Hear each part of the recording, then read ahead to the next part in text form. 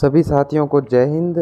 साथियों, आज fixed preposition की अपनी ये अंतिम क्लास है। ये अपनी अंतिम क्लास है, लेकिन फिक्स्ड प्रेपोजिशन का टॉपिक यहाँ ख़त्म नहीं होता है।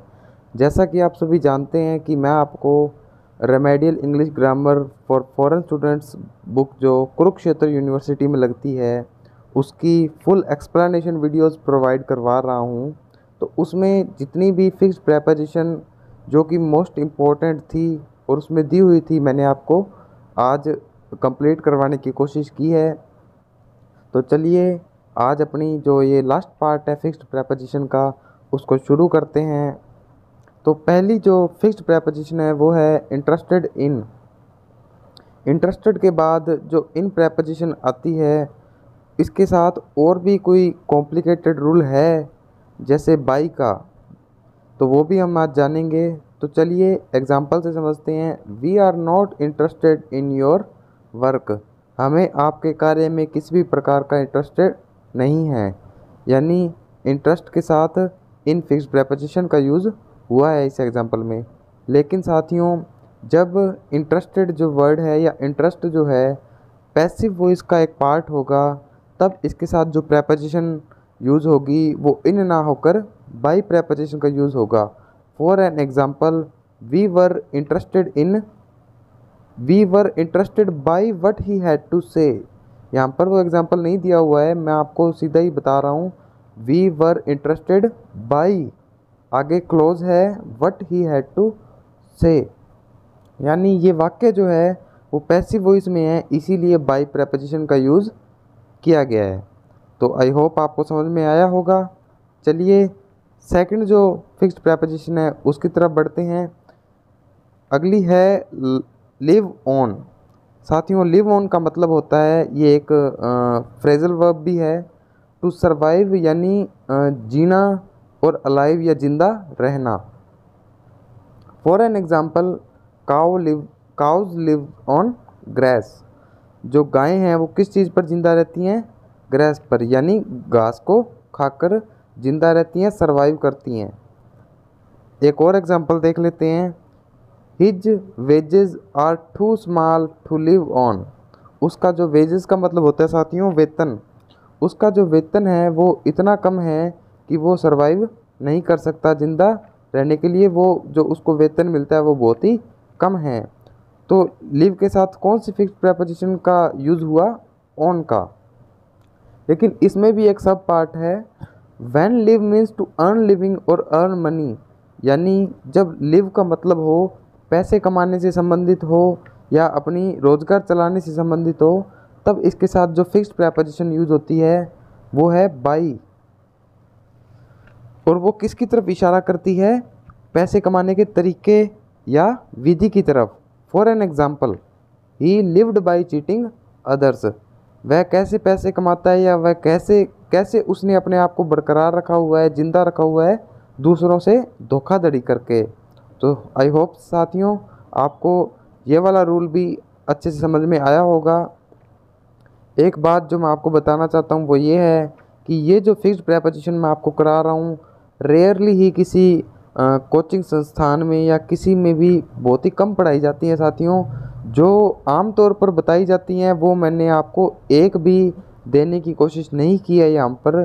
जो रेयरली बताई जाती हैं, यानी बहुत ही हायर लेवल पर जो फिक्स्ड प्रेपोजिशन और बहुत ही कॉम्प्लिकेटेड रूल्स को मैंने इजी करने की यहाँ पर कोशिश की है। सो आई होप आपको ये सेशन पसंद आएगा। अगर सेशन पसंद आए तो लाइक कीजिएगा, अगर सेशन पसंद ना आए तो डिसलाइक का ऑप्शन भी साथ ही में दिया होता है वीडियो पर, डिसलाइक कीजिएगा आप, लेकिन अपनी फीडबैक ज़रूर दीजिएगा। तो चलिए आगे बढ़ते हैं। तीसरा जो रूल है आज का वो है प्रेफर। प्रेफर के साथ लगती है गाइज टू फिक्स्ड प्रेपोजिशन। 100 में से 50% बच्चे इसका हिंदी मीनिंग निकालते हैं, प्रीफर या प्रेफर, आप जो भी बोलते हैं इसे, एक के साथ देन लगा देते हैं, जो कि सरासर गलत है, सरासर नाइंसाफ़ी है। प्रीफर के साथ जो फिक्स्ड प्रेपोजिशन आती है वो है टू। हालांकि अगर इसे हिंदी में हम अनुवाद करें तो ये इसमें बिल्कुल भी नहीं फिट बैठता है।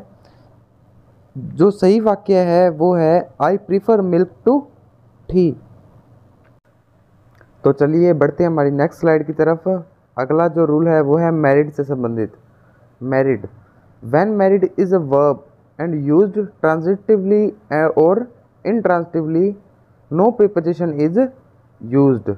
यानी ट्रांजिटिवली का मतलब होता है साथियों सकर्मक क्रिया, और इनट्रांजिटिवली का मतलब होता है अकर्मक क्रिया।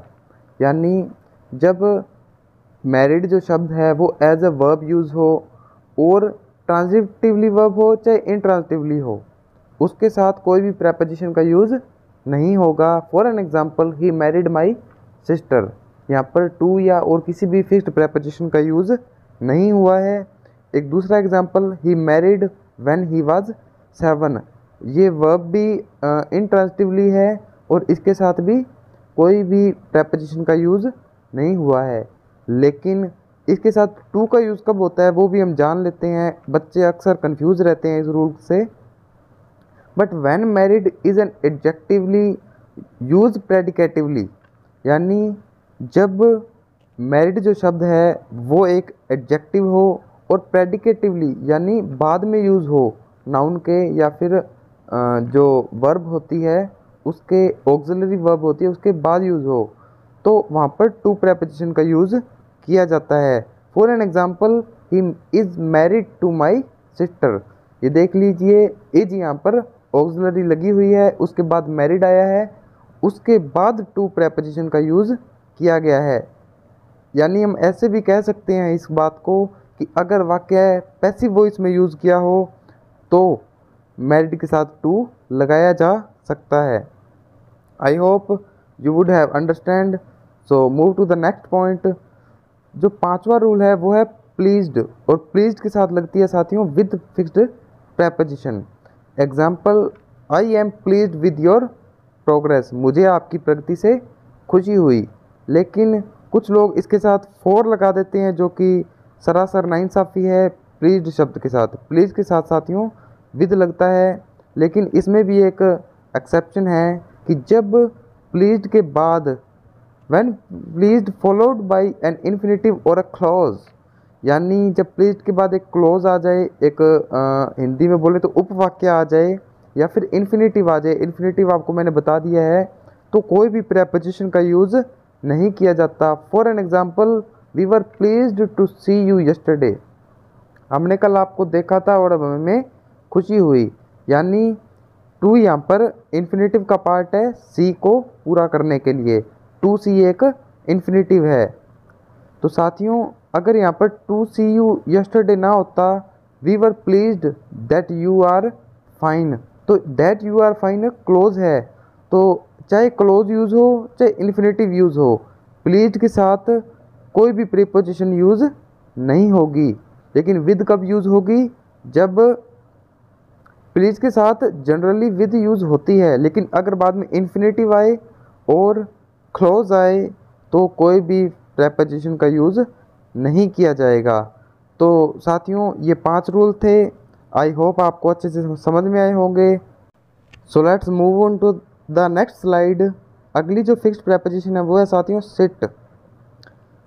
अ person sits at a desk, desk पर जब बैठने की बात होगी तब एट प्रेपोजिशन आती है, चेयर पर ऑन आती है, सीट पर भी बैठने की जब बात होगी तब भी ऑन का यूज़ होता है। लेकिन जब एक आर्म चेयर साथियों जिस पे जैसे हमारे नॉर्मली घरों में होती है, साथ में उसके हाथ होते हैं, उसमें जब बैठने की बात आएगी तो इन प्रेपोजिशन का यूज़ होता है। कमरे में बैठने की बात आएगी तो भी इन प्रेपोजिशन, कार में बैठने की बात आएगी तो भी इन प्रेपोजिशन का यूज़ होता है। तो जो इम्पोर्टेंट बात है वो ये है कि वी सिट एट समथिंग, यानी हम किसी चीज़ पर बैठते हैं तो एट का यूज़ होता है कब? That is placed before us, जो कि हमारे सामने रखा हुआ है। On something that is beneath, on किसी चीज़ पर ऑन पे ऑन तब यूज़ करते हैं जब वो हमारे नीचे है चीज़ जिस पर हम बैठे हैं। In something that is around us और एनक्लोजेज अस, और किसी के अंदर या इन फिक्स्ड प्रेपोजिशन का यूज़ तब करते हैं जो वस्तु हमारे आसपास है, जैसे रूम, और एनक्लोजेज अस और हमारे को घेर कर रखा हुआ है। इसको वैसे तो एक वाइडर पार्ट है अपने आप में, लेकिन फिर भी मैंने 2 एग्जांपल लिए हैं। तो चलिए समझते हैं इनको। सिट इन योर प्लेसेस, आप सभी अपनी अपनी जगह पर बैठ जाओ, अपनी अपनी जगह में बैठ जाओ जो जगह आपने घेर रखी है। We are sitting at dinner, हम खाना खाने बैठे हुए हैं या बैठ रहे हैं।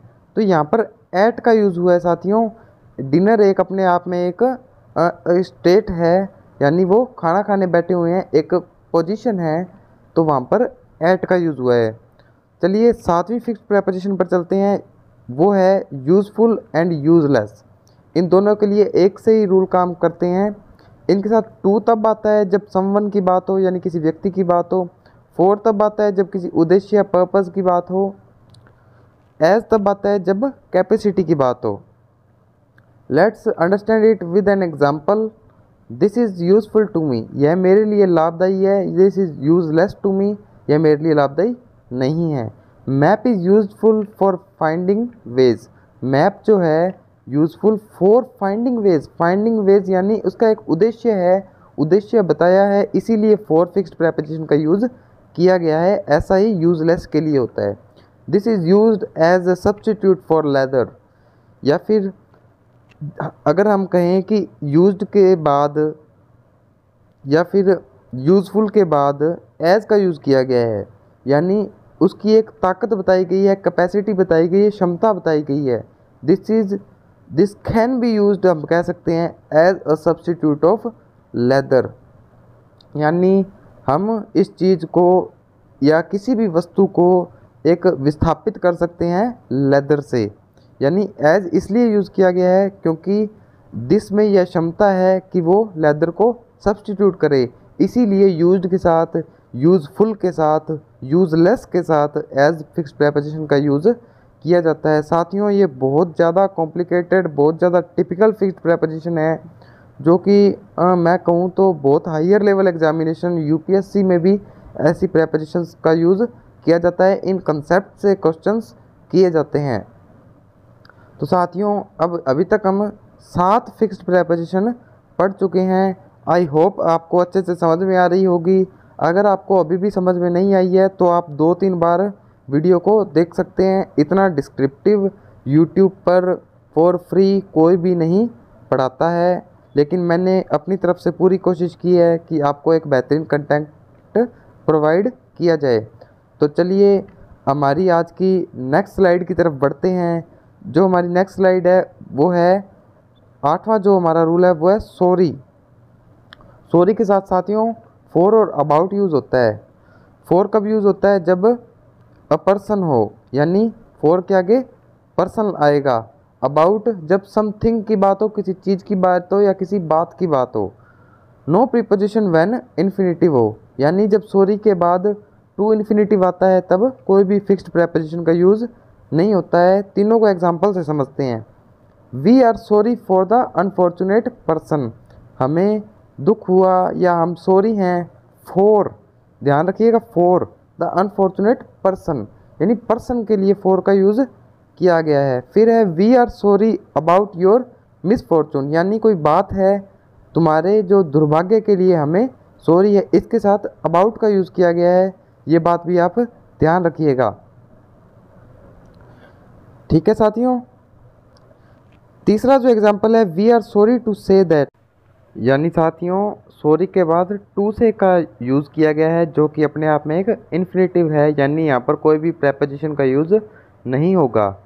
But when we say that we are sorry about your mother, it really means about something that happen to your mother. लेकिन आप ये देखेंगे कि जब हम कहते हैं कि we are sorry about your mother, हालांकि हम किसी के बारे में बात कर रहे हैं, फिर भी योर मदर के साथ अबाउट लगाया है, जो कि नियम के तहत सही नहीं है।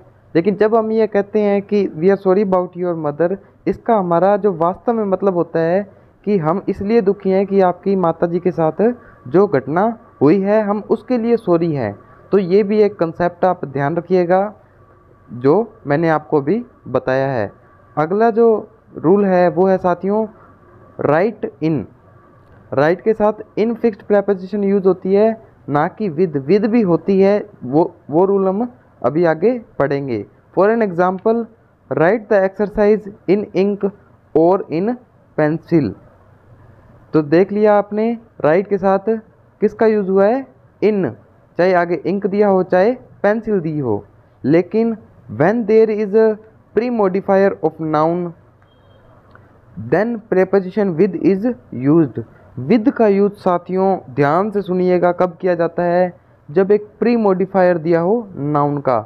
जब आप साथियों आप आरपीएससी सेकंड ग्रेड की तैयारी कर रहे हैं तो आप एमएचएम को आपने अच्छे से आई होप पढ़ा होगा। तो जो प्री मॉडिफायर, चाहे वो आर्टिकल हो, डिटर्मिनर हो, प्रेपोजिशन हो या फिर पजेसिव एडजेक्टिव हो, प्रेपोजिशन नहीं होगा सॉरी। तो साथियों क्या होता है, अगर कोई भी प्री मॉडिफायर यूज़ किया गया है नाउन से पहले, तब हम विद का यूज़ करते हैं। For an example, the note was written with a pencil, with a pen, with left hand. तो आप देख सकते हैं अ पेंसिल, अ आर्टिकल है, तो डिटर्मिनर भी है, एडजेक्टिव ही है।